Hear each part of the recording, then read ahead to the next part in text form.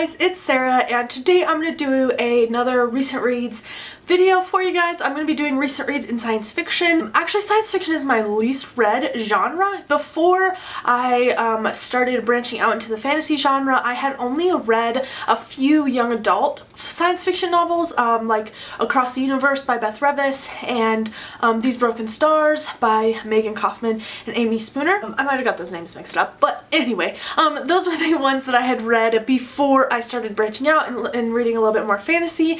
And once I did that, I found the science fiction genre and I have fallen in love with it. It is so cool and so good, and I've just been obsessed with it. I've been wanting to read a lot more. I've already read Old Man's War by John Scalzi, Ender's Game by Orson Scott Card. I've read those, and then I've read these books that I will show you right now.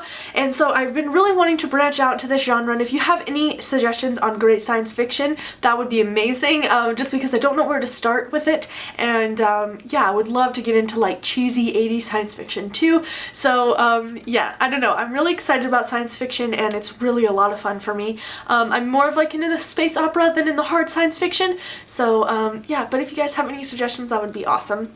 I'm going to show you 3 books that I have read, one being a graphic novel, that are in the science fiction genre, and I'm really excited, so I'll just jump right into those. The first one that I have here is Hyperion by Dan Simmons. This book follows 7 pilgrims, and they are on this spaceship heading towards the planet of Hyperion, which has a really evil monster on it, and it has really bad things happen on it, and they are all connected somehow, and they're trying to figure out why they are the 7 chosen to go to Hyperion, and it's their story about figuring that out, as well as their individual stories about their connection to Hyperion.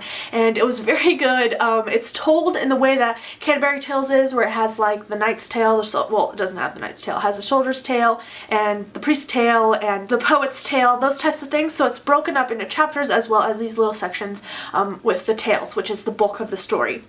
I really enjoyed this book. I gave it a 4 out of 5 stars, I think, or 4.5 stars, and yeah, I really liked it, and I'm really excited to continue with the series. It does end a little bit abruptly, and so it does make you want to jump right into the next one, so I'll be reading that pretty soon, but I did really like it, and yeah, it is a little bit slow at times, I will say that. Some of the stories are a little bit slower than others, and if you could rate each story, it would probably be a better just like idea of what I felt about this book in total. But overall, it was a fun ride, and I'm glad that I read it, and I can't wait to pick up the sequel. The next book that I have here is Fuzzy Nation by John Scalzi. This is also a retelling, or like working. I can't remember what he calls it. Let me see what he calls it. He tells you in the back what it's called. A remastered? No, it's not remastered.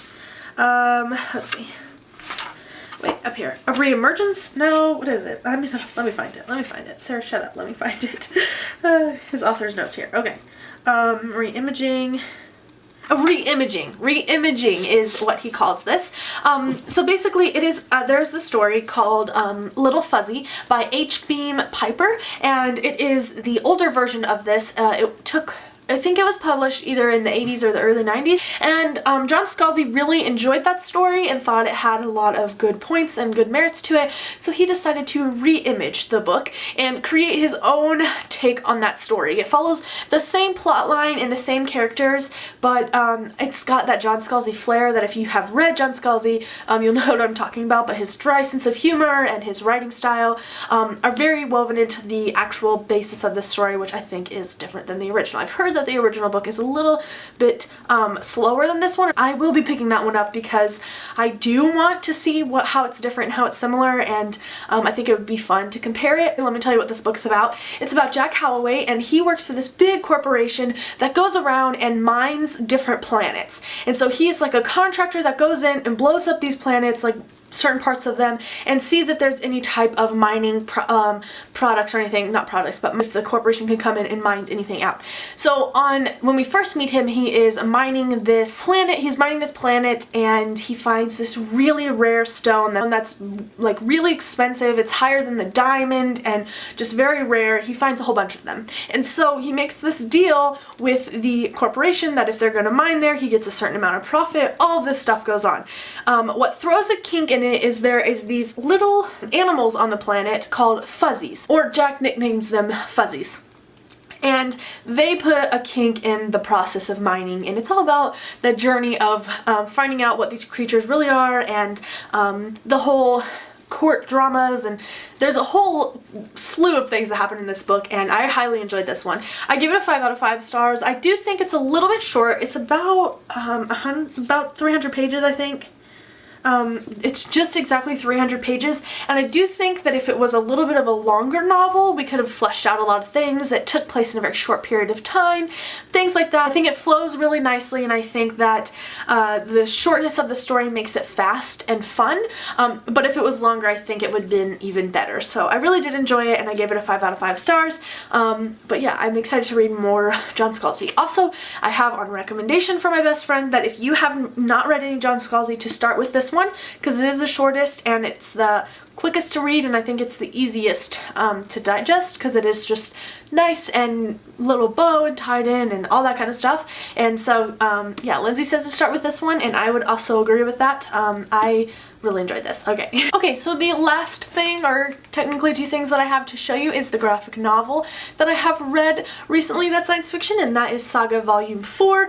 This one is just Saga, and if you've not read Saga yet, it is about these two people from two different planets that are at war with each other, falling in love, and having a little one. And it's just their story of finding their place in the world, in the universe, and figuring out how they can be together in such bad circumstances.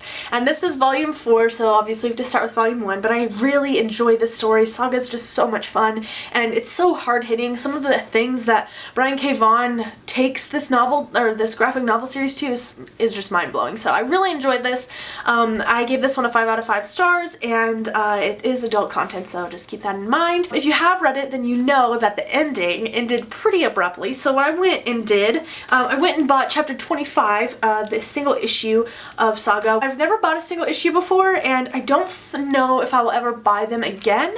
I really liked being able to just go and pick it up and get to read it, but I don't know if I like just having the shortened version of Saga. It's like I get a little taste, a little teaser, but I don't get the whole thing. It definitely cleared up the cliffhanger for me, so I was happy with just buying it and being settled with it, but I don't know if I will continue to buy single issues or not, because, yeah, I don't know. We'll have to see. But I definitely liked it, and I'm really excited about this series. But yeah, I gave them both 5 out of 5 stars. If you've not checked out Saga, I highly recommend. Alright guys, that is all I have to talk your little ears off about. That's all the science fiction books that I have read. If you have read any great science fiction, leave it down below, and if you plan on picking up any of these books, let me know down below. If you have picked them up, let me know what your thoughts are on them, because I'm curious. And yeah, that is pretty much all that I have. I will talk to you guys in the next one. Thanks so much for watching. I hope you enjoyed, and I'll see you later. Bye!